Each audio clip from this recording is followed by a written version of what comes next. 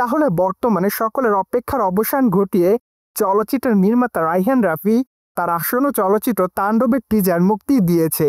মূলত 1 মিনিট 29 সেকেন্ডের টিজারটি দর্শকদের কাছে ব্যাপক আকারে নজর কাড়ে। তাছাড়া টিজারটিতে সাকিব খানের লুকের অনেকটা পরিবর্তন দেখা যায়।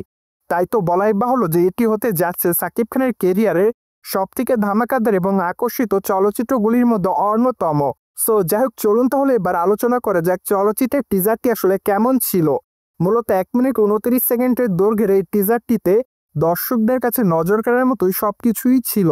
কেননা চলচ্চিত্রের প্রথম থেকে শেষ পর্যন্ত সবকিছুই দর্শকদের কাছে আকর্ষিত হয়েছে বলে জানা যায়।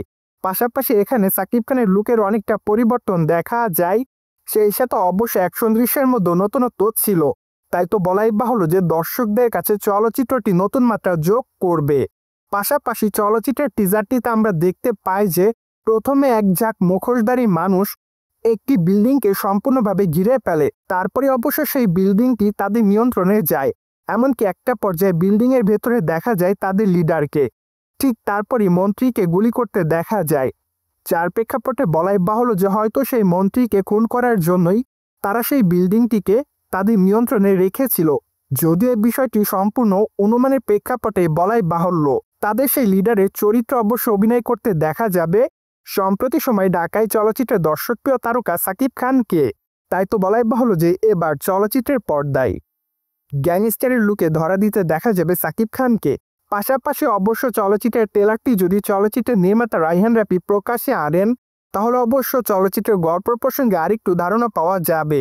সেই সাথে চলচ্চিত্রের পর্দায় এবার সাকিব খানের অ্যাকশন দৃশ্যগুলো দর্শকদের কাছে নজর কাড়ার মতোই থাকবে।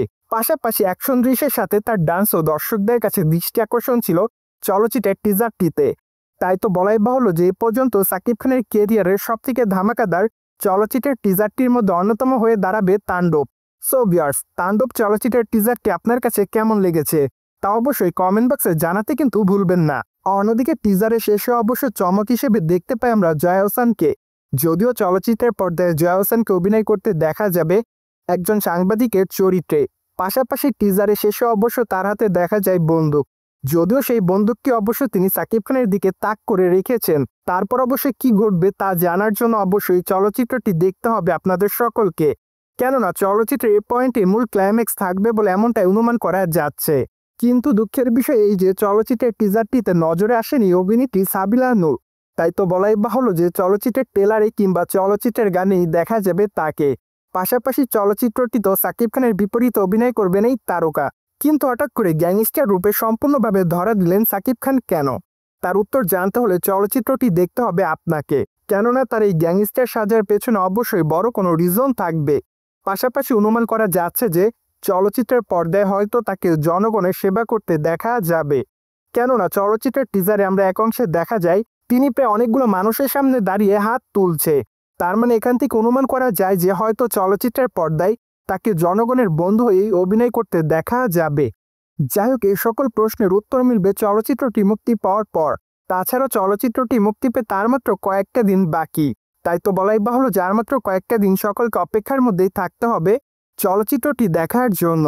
অন্যদিকে বর্তমানে শ্রীলঙ্কাতে তাণ্ডব চলচ্চিত্রের গুরুত্বপূর্ণ অংশে শুটিংয়ের কাজ করা হচ্ছে। পাশাপাশি অবশ্যই সেখানে চলচ্চিত্রের গানেরও শুটিংয়ের কাজ করা হবে। তাই তো বলাই বাহুল্য যে চলচ্চিত্রের মূল ক্লাইম্যাক্সে বেশ ভালো দৃশ্য দেখতে পারবে সকলে। কেননা চলচ্চিত্রের মূল ক্লাইম্যাক্সটি অবশ্য শ্রীলঙ্কাতে শুট করা হবে।